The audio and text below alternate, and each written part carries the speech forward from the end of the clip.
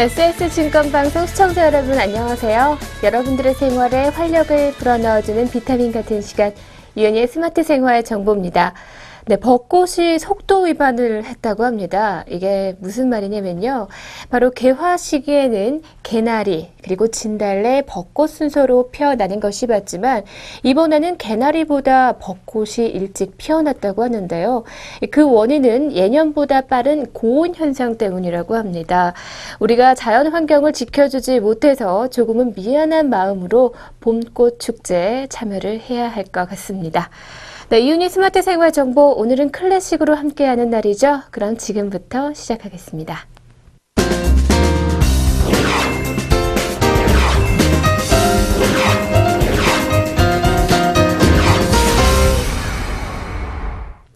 오늘 함께할 낭만파 작곡가는요, 로베르트 알렉산더 슈만입니다.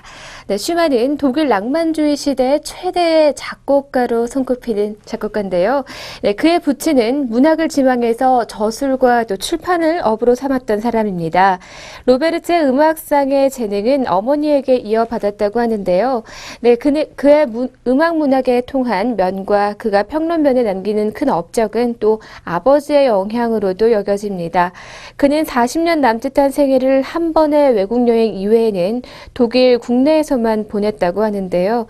네, 그것은 바로 그의 인생이 바로 고난찬 일생이었고 마지막에 2년가량은 정신병원에서 생활을 끝으로 생을 마감을 했습니다. 네, 슈만은 찌비카우 태생인 독일의 작곡가입니다. 찌비카우. 이곳은요, 당시에 겨우 인구 5천의 고을이었다고 하는데요. 슈만은 이 고향의 자연을 무척 사랑해서 나는 외로울 때면 고향을 그린다. 진심으로 사랑한다. 어린 시절에 그 꽃 피던 낙원 같은 들판이 생각난다 라고 편지에 썼다고 전해집니다. 네, 슈만은 8살 때부터 오르가니스트인 쿤츠에게 피아노를 배웠고요. 그리고 11세 때에는 작곡을 하게 되면서 크게 음악적인 재능을 보였다고 합니다. 네, 부친의 책방에서 음악의 서적을 읽고 또 바이런, 리히터 등의 문학이나 칸트 등의 철학을 연구하면서 문학적인 교양을 쌓았다고 하는데요. 네, 그리고 11살 때는요, 학교나 가정의 살롱에서 연주회를 가질 정도로 실력을 갖췄지만 그의 부친이 사망한 뒤 1828년에는 무친의 뜻을 따라서 라이프치히 대학에서 법률을 배우고 또 1830년에는 하이델베르크의 대학으로 진학을 했다고 합니다. 네, 이 무렵에 음악을 전공하려는 희망이 특히 강해졌다고 전해지는데요. 그래서 가을에는 라이프치히에 돌아가서 프리드리히 비크에게 피아노를 본격적으로 배우는 한편 작곡을 도른에게 공부를 했습니다. 네, 그러나 피아노의 무리한 연습 때문에 손가락을 다쳤는데요. 그 이후로 작곡에 힘을 기울이게 됐다고 하죠. 네, 그 때문에 초기의 작품은 모두 피아노 곡으로 이루어져 있습니다. 1834년 슈만이 음악신보라는 잡지를 창간한 해로 또 의의를 갖고 있는데요. 그리고 그의 첫사랑이 실연으로 끝나는 그런 슬픔을 맛본 그런 해이기도 합니다. 이 무렵 비크가에는 아시아에서 온 남작 집안의 아가씨 에르네스티네가 머무르고 있었다고 하는데요. 당시에 18살이었던 천진스러운 이 여성은 슈만은 사랑을 이야기하고 또 은밀히 결혼을 향해서 나아갔다고 합니다. 네, 그러나 이것을 한 비크는요, 이 사실을 양가에 알려서 그녀를 부모에게로 불려보냈는데요. 이때 그녀에게 대한 사모와 또 달콤한 추억이 작품 번호 9번인 사육제에 그대로 들어있습니다. 이 곡은 총 20곡의 단편으로 이루어져 있는데요. 네, 그것의 전부에는 에르네스틴의 고향 아시의 이름인 A, 또 AS, C, H, 그리고 ES와 C, H의 음으로 숨겨져 있다고 합니다. 네, 그럼 슈만의 마음이 담겨있는 곡이죠. 이 사육제, 그 첫 번째 파트 함께 감상하고 나서 계속해서 다음 이야기로 이어가도록 하겠습니다.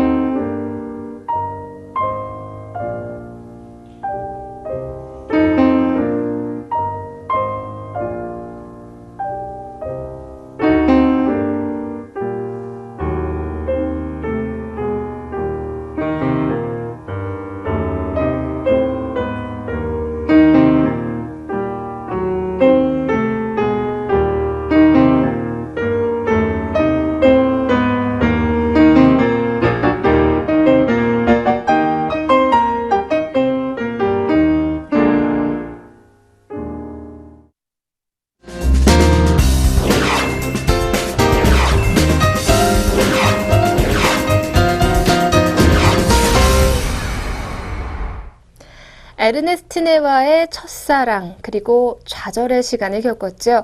네, 여기서 슈만의 사랑은 끝나지 않습니다. 바로 슈만은 자신의 스승의 딸이기도 한 비크의 딸, 이 클라라가 장성함에 따라 그들의 우정은 점점 사랑으로 바뀌어갔다고 합니다. 네, 필연적으로 결혼을 전제로 해서 둘은 열렬히 타올랐다고 하는데요. 아버지 비크가 이 사실을 알고 결혼을 허락하지 않으려고 했지만 이미 때는 늦었다고 합니다. 한편 두 사람은 자식으로서의 본분을 다하면서 간청했지만 허사였다고 하는데요. 네, 그래서 결국 슈만과 클라라는요, 법에 호소해서 시비를 가리기로 합니다. 네, 용기 있는 슈만이 떠오르죠. 네, 아무튼 슈만과 클라라는 비크를 상대로 라이프치히 법원에 소송을 제기합니다. 네, 그 뒤에도 클라라는 아버지에게 한 번 더 졸랐지만 그는 더 강경해질 뿐이었습니다. 네, 그러나 이 재판에서 1840년 9월이죠. 슈만의 주장이 받아들여지면서 그해 9월 12일 클라라가 21세가 되기 전날을 기해서 세네펠트 교회에서 조촐한식을 올리면서 두 사람은 결혼 생활로 골인하게 됩니다. 네, 슈만은 이 결혼한 해에 예나 대학에서 철학 박사 학위를 받게 됐고요. 또 수많은 가곡을 써서 소위 가곡의 해를 실현시키기도 했습니다. 이 해만 해도 133곡의 가곡을 썼다고 전해지는데요. 결혼한 후에 창작 분야는 더욱 확대가 되면서 거의 모든 부분에 걸쳐서 작곡에 손을 댔다고 합니다. 네, 그리고 1843년 라이프치히 음악원에서 교편을 잡게 됐다고 하는데요. 하지만 본래가 좀 신경질적이었던 슈만은 정신착란 증세가 보여지기 시작했다고 합니다. 네, 그렇게 하면서 1844년 이 클라라와 함께 러시아로 여행을 떠났다고 하는데요. 이때부터 병세가 더욱더 악화되게 됐고요. 그리고 드레스덴에 정주하면서 개인 교수와 창작에 전념을 하기도 했다고 합니다. 네, 슈만은 드레스덴 시절부터 이미 불면증에 시달렸다고 전해집니다. 뒤셀도르프에서 온 뒤에 관현악단과의 사이가 좋지 못해서 그것이 원인이 돼서 정신 이상이 생겼다고 하기도 하는데요. 네, 그는 투신하기 며칠 전에 슈베르트한테서 주제를 받아서 주제와 변주를 작곡했다고 말했습니다. 그리고 1854년 2월 27일이죠. 그는 식구들에게 말도 하지 않고 집을 나갔다고 하는데요. 또 라인강 다리 위에서 몸을 던졌다고 합니다.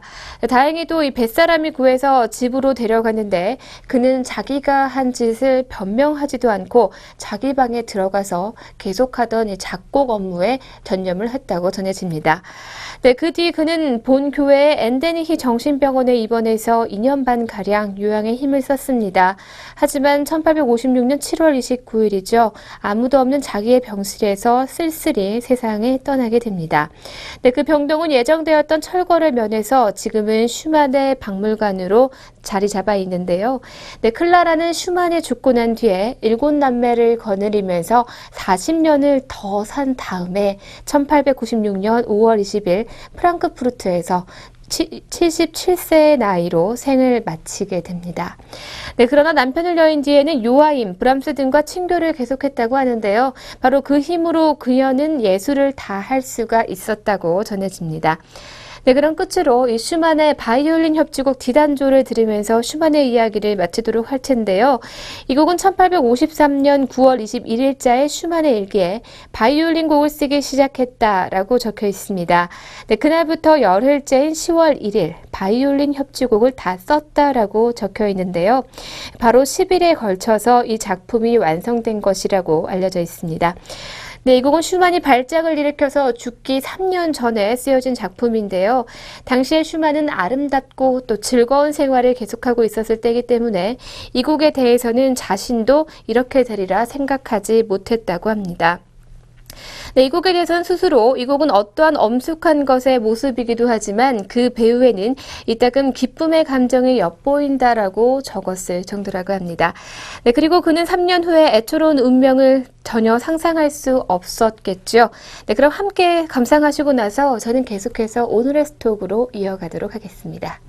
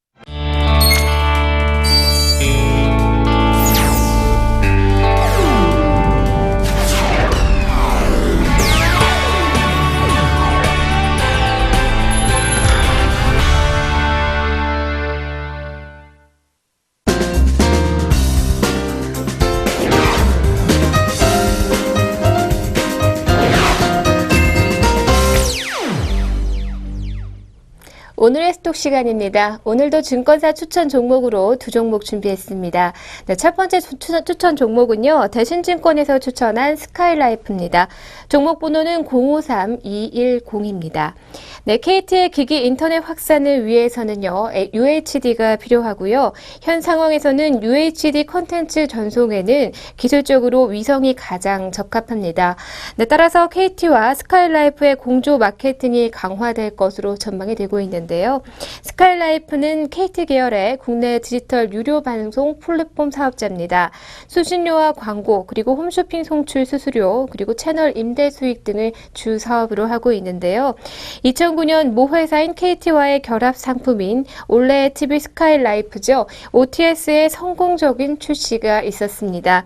네, 최대 주주는 KT 외에 50.10%, 그리고 주요 주주에는 6.77%로 한국방송공사가, 그리고 5.01%로 국민연금공단이 가지고 있습니다. 네, 계속해서 두 번째 추천 종목입니다. 하나대투자증권에서 추천하는 종목인데요. 아이리버입니다. 종목 번호는 060570입니다. 네, 아이리버는 SK텔레콤의 사물 인터넷 그리고 웨어러블 사업 투자로 수혜가 예상이 되고 있고요.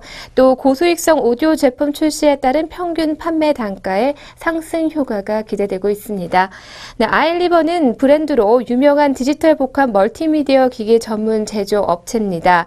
네, 주요 제품으로는요. 유아용 스마트 통신 로봇이죠. 키보2와 그리고 스토리 K와 센 등의 전자책 단말기, 그리고 태블릿 PC인 와우탭과 MP3와 MP4 플레이어 등을 생산하고 있는데요. SK텔레콤 주식회사가 39.27%로 최대 주주입니다. 네, 지금까지 하나대투자증권에서 추천한 아이리버, 그리고 대신증권에서 추천한 스카이라이프에 대해서 알려드렸습니다.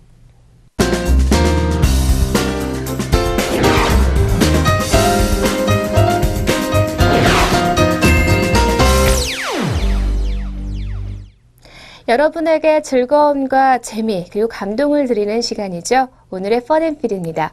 네, 오늘은 새로운 운동 종목을 보여드리려 하는데요. 정말 신나는 명장면입니다. 그럼 함께 영상으로 감상하시죠.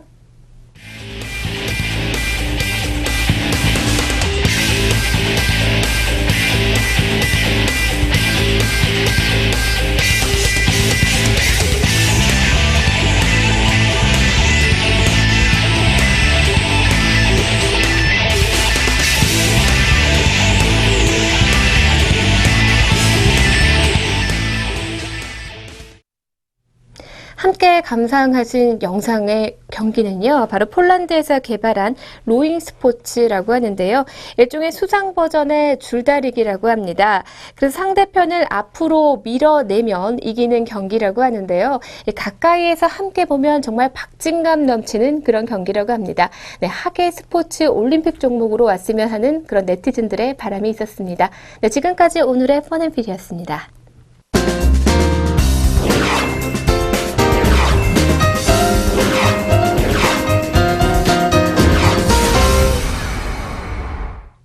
네, 오늘은 그래도 조금은 쌀쌀한 기온인데요. 그래도 점점 봄이 오기 때문에 차츰차츰 올라가고 있습니다. 하지만 환절기 면역력 관리 잘 하시고요. 일교차에 주의하시기 바랍니다.